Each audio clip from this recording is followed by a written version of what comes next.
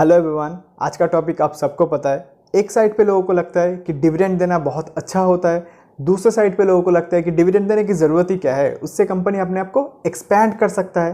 And तीसरे side पे एक और चीज़ जो कि मुझे लगता है आज आपको सिखाने वाला हूँ। तो देखो, ये जो कंपनी है पॉलीप्लेक्स कॉर्पोरेशन, राइट, इसने अपने लास्ट 10 साल में जितना डिविडेंड दिया है ना, तो कुछ टाइम पहले कंपनी का शेयर प्राइस यहाँ पे था, तब ऑलमोस्ट कंपनी का total market cap and last 10 साल में कंपनी ने जितना डिविडेंड दिया है वो इक्वल था। मतलब यहाँ पे अगर आप देखोगे अभी थोड़ा सा ऊपर चला गया है, राइट। तो अभी इसका जो मार्केट कैप है 3600 करोड़ है एंड थोड़े टाइम पहले ये 2600 करोड़ के आसपास भी था एंड उतना ही कंपनी ने डिविडेंड भी दिया है। तो आपको लग सकता है कि यार प्रॉब्लम ही क्या है। प्रॉब्लम है, अगर कंपनी के पास इतना पैसा है तो कंपनी के प्रोमोटर ने अपना 100% स्टेक प्लेज पे क्यों रखा है। आई होप अभी आप समझ रहे हो कि कंपनी में किस तरीके से गलत काम चलता है। यहाँ पे एक और पॉइंट हो सकता है कि कंपनी का मार्केट कैप इतना छोटा है, कंपनी स्मॉल कैप कंपनी है एंड यहाँ पे इतना ज़्यादा डिविडेंड देने की ज़रूरत ही क्या है। इनके पास तो एक्सपैंड करने के लिए अपॉर्चुनिटी बहुत ज़्यादा है ना। तो ये एक और पॉइंट है। मैं अगर आपको एक और कंपनी दिखाता हूँ, वेदांता, इसके बारे में तो बच्चा बच्चा जानता है कि इन्होंने क्या किया है। देखो, प्रॉफिट एंड लॉस स्टेटमेंट में जाके 357% का डिविडेंड दिया है, 259% का डिविडेंड दिया है, राइट। एंड इसकी वजह से क्या हो रहा है, कंपनी का जो रिजर्व है कंटिन्यूसली डिक्लाइन में गया है। तो यहाँ पे कंपनी का जो प्रोमोटर है, कंपनी का जो मैनेजमेंट है, उनका अगर इंटेंशन सही ना हो ना, तो यहाँ पे डिविडेंड ज़्यादा भी हो तब भी आपको संभल के रहना है। तो मेन कंक्लूजन ये है कि ना ही ज़्यादा डिविडेंड अच्छा होता है, ना ही कम डिविडेंड अच्छा होता है। ओवरऑल आपको कंपनी का जो मैनेजमेंट का इंटेंशन है वो समझना पड़ेगा, राइट। एंड यहाँ पे अगर मैं एक और एग्जांपल लेके आपको समझाता हूँ, सपोज यहाँ पे TCS है, राइट। तो TCS का मार्केट कैप कितना है, 6.5 लाख करोड़ का। एंड यहाँ पे अगर आप डिविडेंड देखोगे बहुत ज़्यादा डिविडेंड देता है, 82%, 101%, 100%, 93%, राइट। तो लास्ट 10 साल में कंपनी ने ऑलमोस्ट 1 लाख करोड़ से ज़्यादा का डिविडेंड दिया है। बट इसमें ओवरऑल कंपनी में प्रॉब्लम नहीं है, कंपनी के पास बहुत ज़्यादा एक्सपैंड करने का अपॉर्चुनिटी नहीं है, तब जाके कंपनी यहाँ पे ज़्यादा डिविडेंड देता है, इसमें कोई प्रॉब्लम नहीं है। बट यहाँ पे ज़्यादा डिविडेंड में प्रॉब्लम है बिकॉज कंपनी एक तो छोटा कंपनी है, ग्रोथ अपॉर्चुनिटी बहुत ज़्यादा है एंड दूसरी बात यह है कि कंपनी को अगर पैसे की ज़रूरत ही नहीं है तो कंपनी ने यहाँ पे प्लेज क्यों किया है। तो इस तरीके से आपको चीज़ों को होलिस्टिक तरीके से हर एक पर्सपेक्टिव से समझना पड़ेगा। तो जो भी ये डिविडेंड का थोड़ा सा लंबा हो गया, आज हम सीखेंगे पूरा का पूरा प्रॉफिट एंड लॉस स्टेटमेंट कैसे रीड करते हैं। ये हमारा 3rd वीडियो है सीरीज़ का। इससे पहले हमने balance sheet and cash flow statement के ऊपर डिटेल्ड वीडियो बना दिया है, जो देखने के बाद आपको कोई और वीडियो देखने की ज़रूरत ही नहीं पड़ेगी, राइट। तो वो जाके देख लेना, प्लेलिस्ट में मिल जाएगा। मैं कोई लिंक पिक वगैरह शेयर नहीं करने वाला, थोड़ा मेहनत करो, राइट। तो यहाँ पे स्टेप बाय स्टेप सिखाने वाला हूँ। डिविडेंड का मैंने समझा दिया, अभी मैं स्टेप बाय स्टेप सिखाने वाला हूँ कैसे देखना होता है। तो देखो, किसी भी कंपनी में अगर मैं इस कंपनी का देखूँ, यहाँ पे डॉक्टर लाल पैथ लैब, राइट, तो इसके ऊपर हमने वीडियो भी बनाया था। यहाँ पे देखो, डॉक्टर लाल पैथ लैब के ऊपर वीडियो बनाया था, 60% का रिटर्न मिल भी गया है एंड 197 डेज में 60% का रिटर्न मिल भी गया है एंड टारगेट अचीव होने में थोड़ा सा टाइम बाकी है, जो कि हो भी जाएगा, राइट। तो ये हमारा ओवरऑल ट्रैक रिकॉर्ड जो कि मैं दिखाता ही रहता हूँ। एंड यहाँ पे देखो, profit and loss statement read कैसे करते हैं। सबसे पहले कंपनी का रेवेन्यू इंक्रीज होना सबसे इंपॉर्टेंट होता है, ये बात अपने माइंड में डाल लो। Revenue and operating profit margin, ये दो चीज़ अगर कंपनी में ग्रो नहीं हो रहा है, कंपनी का मैनेजमेंट कुछ भी बोले, कुछ भी सपना दिखाए, कुछ भी आपको बेचे, आपको ध्यान नहीं देना है। लास्ट वीडियो में भी मैंने बताया था कि मैनेजमेंट किस तरीके से सपना दिखाता है। सपना देखना है, सोच समझ के देखना है। तो यहाँ पे रेवेन्यू में कैसे देखना होता है, रेवेन्यू का आपको ग्रोथ देखना पड़ेगा, कैसे ग्रो हुआ है। तो यहाँ पे देखो, 450 करोड़ से 1 2 3 4 ईयर्स में डबल हो गया एंड उसके बाद 1 2 3 4 5 ईयर्स में डबल से भी ज़्यादा हो गया एंड अभी हाईएस्ट एवर रेवेन्यू है, राइट, जो कि बहुत ही अच्छा है। तो इस तरीके से आपको ग्रोथ देखना पड़ेगा, कंपनी ग्रो कैसे कर रहा है। After that operating profit margin company का पॉजिटिव में तो होना ही चाहिए। एंड जो राजेश एक्सपोर्ट वाला वीडियो था, ये वाला वीडियो मैं आपको दिखा देता हूँ। यहाँ पे देखो, ये जो राजेश एक्सपोर्ट वाला वीडियो था, यहाँ पे मैंने इन डिटेल समझाया था कि ऑपरेटिंग प्रॉफिट मार्जिन अगर किसी भी कंपनी का 5 से कम है तो उसको अवॉइड करना यूजुअली समझदारी का काम होता है, ठीक है। एंड उसमें एक और कैच था कि रेवेन्यू का जो वॉल्यूम वगैरह है, तो वो वीडियो देखोगे समझ में आ जाएगा, राइट। तो यहाँ पे अच्छा खासा ऑपरेटिंग मार्जिन रहना इंपॉर्टेंट होता है किसी भी कंपनी में। अगर ऑपरेटिंग मार्जिन नेगेटिव में होता है तो उसमें ट्रेड नहीं करना है। बहुत लोग कमेंट करते हैं कि दीप ये कंपनी बताओ, वो कंपनी बताओ। पहले आप जाके देखो कि कंपनी का ऑपरेटिंग प्रॉफिट नेगेटिव में है या पॉजिटिव में है।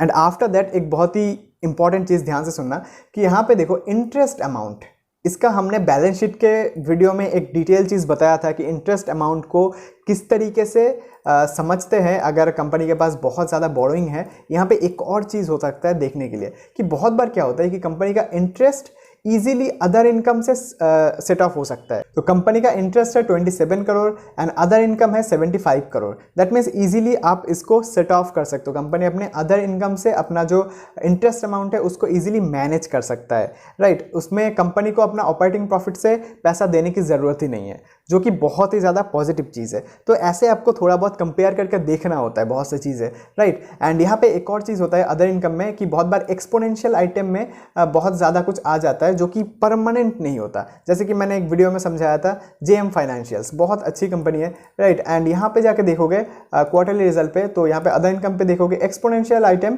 846 करोड़ का आ गया था, जो कि वन टाइम है, बार बार नहीं आने वाला। तो ये जो एक्सपोनेंशियल आइटम में प्रॉफिट आता है या फिर लॉस आता है उसको काउंट नहीं करना होता, ठीक है। तो ऐसे समझ लो। एंड आफ्टर दैट यहाँ पे एक और जो चीज़ है जो कि मैंने अपने बहुत सारे वीडियोस में बता दिया है, डेप्रिसिएशन कंपनी का खर्चा नहीं होता, वो पहले ही पैसा निकल चुका होता है। एंड ये बस एक अकाउंटिंग कैलकुलेशन है, यहाँ पे कुछ भी खर्चा कंपनी का एक्स्ट्रा पैसा नहीं लगता है। तो एक्चुअली में जो प्रॉफिट बिफोर टैक्स है वो इससे भी ज़्यादा है, 538 करोड़ ये जो दिख रहा है ना, इससे भी बहुत ज़्यादा है। कैसे है, यहाँ पे आपको करना है 633 करोड़ के साथ 75 करोड़ ऐड करना है एंड 27 करोड़ माइनस करना है एंड डेप्रिसिएशन का खर्चा नहीं होता, कुछ भी नहीं करना है, राइट। तो यहाँ पे actually profit before tax 633 crore से बहुत ज़्यादा है, समझ रहे हो।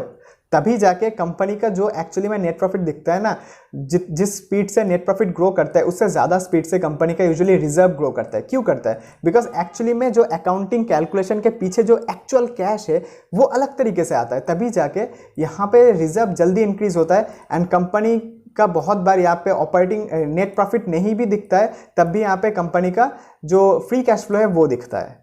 जैसे कि मैं अगर आपको एक एग्जांपल दूँ, कॉफ़ी डे एंटरप्राइज, इसके ऊपर भी हमने वीडियो बनाया था।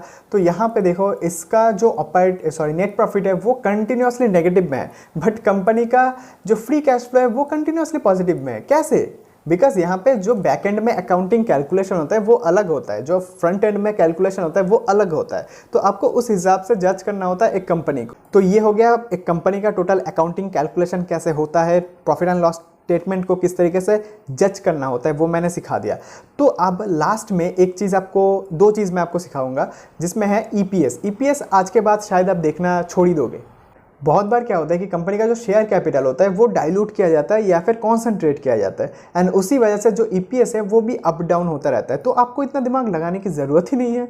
आप यहाँ पे देखो कि नेट प्रॉफिट ग्रो हो रहा है कि नहीं, बस, और कुछ देखना ही नहीं, ईपीएस वगैरह देखने की ज़रूरत ही नहीं होती, सिंपल सी बात है, राइट। एंड जो ईपीएस हो गया, जो डिविडेंड हो गया, तो सब कुछ हो गया, राइट। यहाँ पे लास्ट में एक और चीज़ है जो कि बहुत खास है, आप अभी तक देख रहे हो इसलिए आपको सीखने को मिलेगा कि यहाँ पे कुछ मैनिपुलेशन किया जाता है जो कि लीगल है, कुछ मैनिपुलेशन किया जाता है अकाउंटिंग में जो कि इलीगल है। जैसे कि अगर मैं लीगल मैनिपुलेशन ही सिखाने, मतलब कैसे होता है वो बताने वाला हूँ, बाकी इलीगल तो मैं सिखाने नहीं वाला, राइट। देखो लीगल में क्या होता है कि कंपनी का जो शेयर प्राइस होता है उसको होल्ड करने के लिए बहुत बार किया जाता है कि यहाँ पे मैं अगर बंधन बैंक का दिखाता हूँ, इसके ऊपर भी हमने वीडियो बनाया था, तो यहाँ पे मैं आपको दिखा देता हूँ कि बंधन बैंक में क्या हुआ था कि इन्होंने जो अपना शेयर प्राइस है उसको नीचे रखने के लिए और ज़्यादा एक्यूमुलेट करने के लिए यहाँ पे क्या किया था, उन्होंने अपना जो प्रॉफिट है उसको ही रिड्यूस करवा दिया। कैसे? कि इन्होंने लास्ट बहुत सारे क्वार्टर का जो एनपीए है वो एक क्वार्टर में सेट ऑफ राइट ऑफ कर दिया। इसकी वजह से इनका जो नेट प्रॉफिट है वो कम हो गया एंड लोगों को क्या दिखाया जाएगा कि बंधन बैंक का ईयर ऑन ईयर प्रॉफिट कम हो गया, बंधन बैंक का क्वार्टर ऑन क्वार्टर प्रॉफिट कम हो गया, कंपनी खत्म हो जाएगा, बर्बाद हो जाएगा। एक्चुअली में कुछ भी नहीं होगा, जो कि मैंने पूरा वीडियो बना के समझा दिया था, राइट।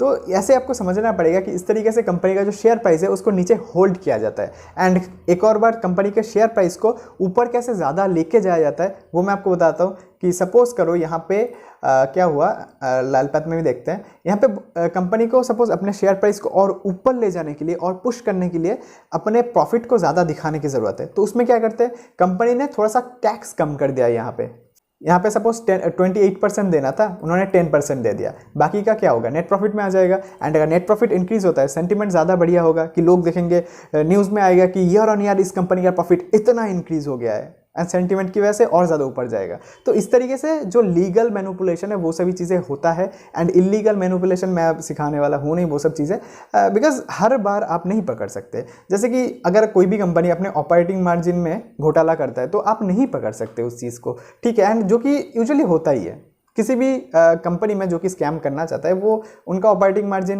में घोटाला होता ही है, तो उसका कुछ आप कर नहीं सकते। तो ओवरऑल आई होप समझ रहे हो कि एक कंपनी के जो overall profit and loss statement है उसको कैसे रीड करते हैं। एंड ये जो पूरा का पूरा वीडियो है ना, इसको लाइटली लोगे तो आप बहुत कुछ मिस कर जाओगे। मैं तो बोलूँगा 8-10 बार देखो, ज़रूरत पड़ने पे नोट्स बनाओ, प्रैक्टिस करो खुद से जाके, तब जाके सीखोगे, अदरवाइज नहीं सीखने वाले हो, ठीक है। बिकॉज इस तरीके से आई डोंट थिंक आपको कोई सिखाएगा। पूरा प्लेलिस्ट बना दिया, जाओ जाके देखो, एंड चैनल पे बहुत सारी वीडियोस है, जाओ जाके देखो, सीखो, मल्टीवेकर वगैरह सब कुछ डिस्कस कर दिया, तो सीखने के लिए सही जगह है। एंड अगर अभी तक सब्सक्राइब नहीं किया है तो अब मैं क्या ही बोलूँ, ठीक है, एटलीस्ट लाइक कर ही दो। फिर मिलते हैं अगली वीडियो में, तब तक के लिए बाय।